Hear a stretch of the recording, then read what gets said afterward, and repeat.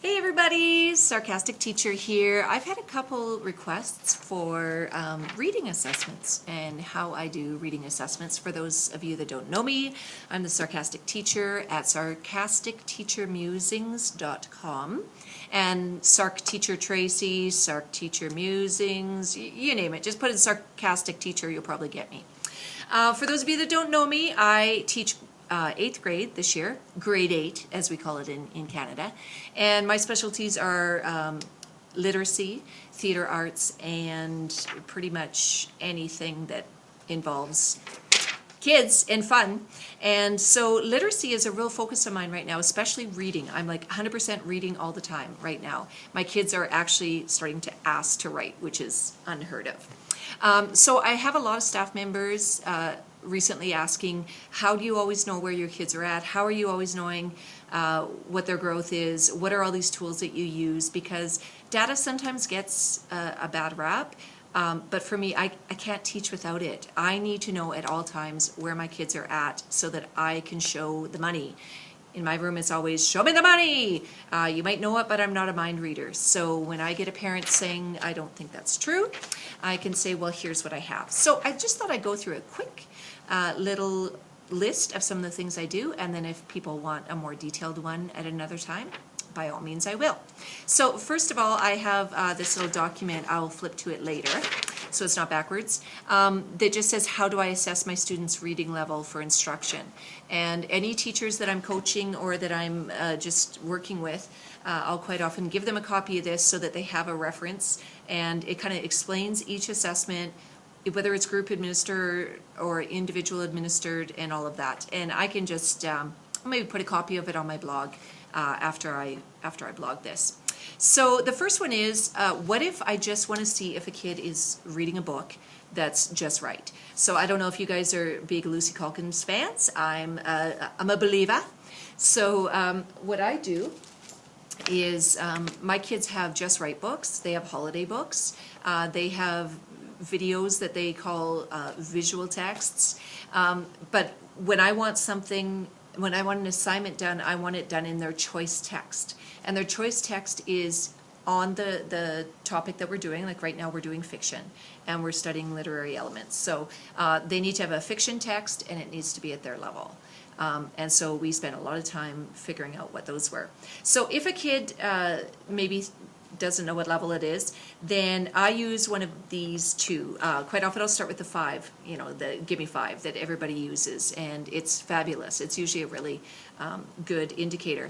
But if not, what I do is, oh, it's not letting me spin around, guys, sorry. Okay, we'll have to be a little backwards. There's two that I do.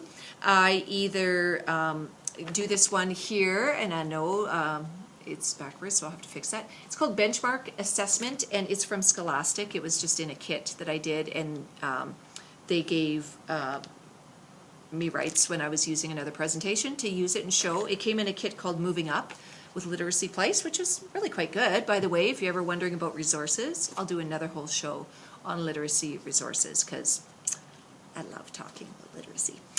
So this one's called Benchmark Assessment, and what it does is it has the kid just read. So like I'll just select a section around 100 words, so around a page, and I'll just have the kid read 2 to 3 pages, and I'm just going to listen for word recognition errors. So I'm just going to sit right beside them, and as they're reading, I'm just going to do almost like a running record.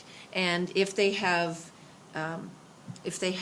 errors, I'm just going to note like what kind of errors. Like, is it the kind of error that like it changes the whole meaning of the sentence? Is it one that changes it a little bit, or do they self-correct? Things like that. Because the book may not be hard. They may miss a word, and it's not because the book is really, really hard. It's just because they had a brain fart or something. So that's the first thing I look at, and I just do an instructional level from that. So I give a percentage, and if I want them to use this as an independent text, then I want it to be 98% accurate. If I want to be using it as an instructional text, which I use both, 95 will do, but they're doing a lot of this work with the text itself. So that's the first thing I do. And then after they've read, then I start asking them just some very basic recall questions. So I'll just say, hey, just, tell me what you just read there. What just happened? And if they can tell me almost like, this is what happened, here are the characters, this is what happened when I started reading, this is what happened when I ended, then they get a 2, 1, or a 0. And it's really quite straightforward. And then sometimes I can check for if I'm still not sure. Usually I can tell at that point. Usually it's just like, honey, you got to go get another book. Like, this might be a good holiday book when you feel like just like skimming maybe, but you're going to be analyzing this and you really got to know this. So let's put that one in the holiday list, or let's find one similar to that at your level. Let's look through the list and see. But if I did want to go further, I could go through some basic points like, so what's the most important thing about that text that you read? Describe to me the setting. Where do you think this takes place? Like, there's just some prompting questions here. And I can usually tell by that. There is criteria. I don't use it. I just kind of use my judgment and say, that book's too hard, that book's too easy, that, whatever. Okay, so that's one that I have used. I don't use it a lot. The second one is from the Teachers College, from the Teachers College Reading Writing Project that they do at Columbia University. Lucy Calkins, the whole gang, they're fabulous. If any of you are out there, hi. I can't wait to go back again soon. And what it is it's just a miscue analysis as well. And then noting their intonation, how they respond to punctuation. So it's totally a fluency assessment. There is a comprehension part of it as well.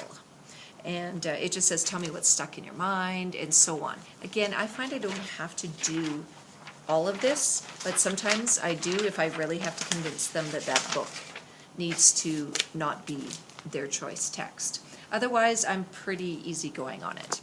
Okay, that's just in the flow. I've got somebody in my class, they're reading something, I just want to know if they understand it. But overall, our school does something called a screen.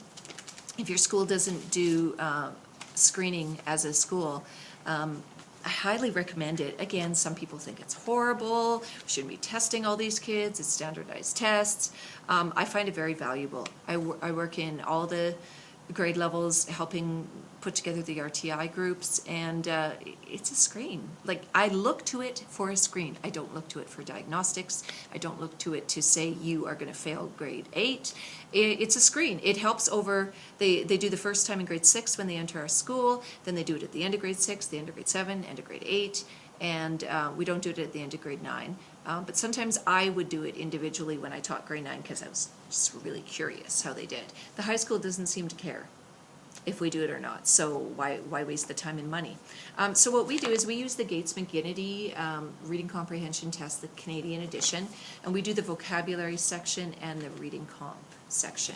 And it is, it's a group administered test, so we have purchased all of the books in order for our entire school to do it, so we have the rights to reuse them over and over again. When we didn't have enough, we just did 1 week, these people use them, the next week these people use them, like grade 7 1 week, grade 8 the next. There's different levels. This E is grade 7, 8, and 9, but there's a different one for grade 5 and 6, but we only have grade 6 in our school, so the purple one is. There are 2 forms, so if 1 year at the end of grade 8, we'll do form whatever, and then when they're in grade 9, we'll do the other form, so they're not doing the same test for all 3 years in a row. And if they're going to remember what's on this, then they're Rain Man and move them out of here anyway. It never happens. So we have the 2 forms. We give this, all the data is entered into a central spreadsheet, and I can access it anytime and see patterns, trends, who needs help, who needs intervention, who needs a kick in the butt, whatever, and my admin has access to it as well as all the teachers as well. Then we, and how the tests are administered. The vocabulary one, there's bubble sheets. It's strictly read the word, choose the word that has a similar meaning to it. Okay, and that's a 25-minute test, vocabulary, so we do that on one day, and then the next day we do the reading comprehension, little passage, some comprehension questions, a variety of different passages. That is a 35-minute. It's a timed test, so we do have to note if kids don't get things done, because sometimes their comprehension is fine, they just need an accommodation. So that's what we use for our school-wide screen, and I usually pour over the data quite a bit. Some other teachers don't see as much of a use for it, and that's fine. It maybe doesn't influence them. For me, it really influences, as you're going to see as we go along. Okay, I'm going to go teach a class, and I'll come back later.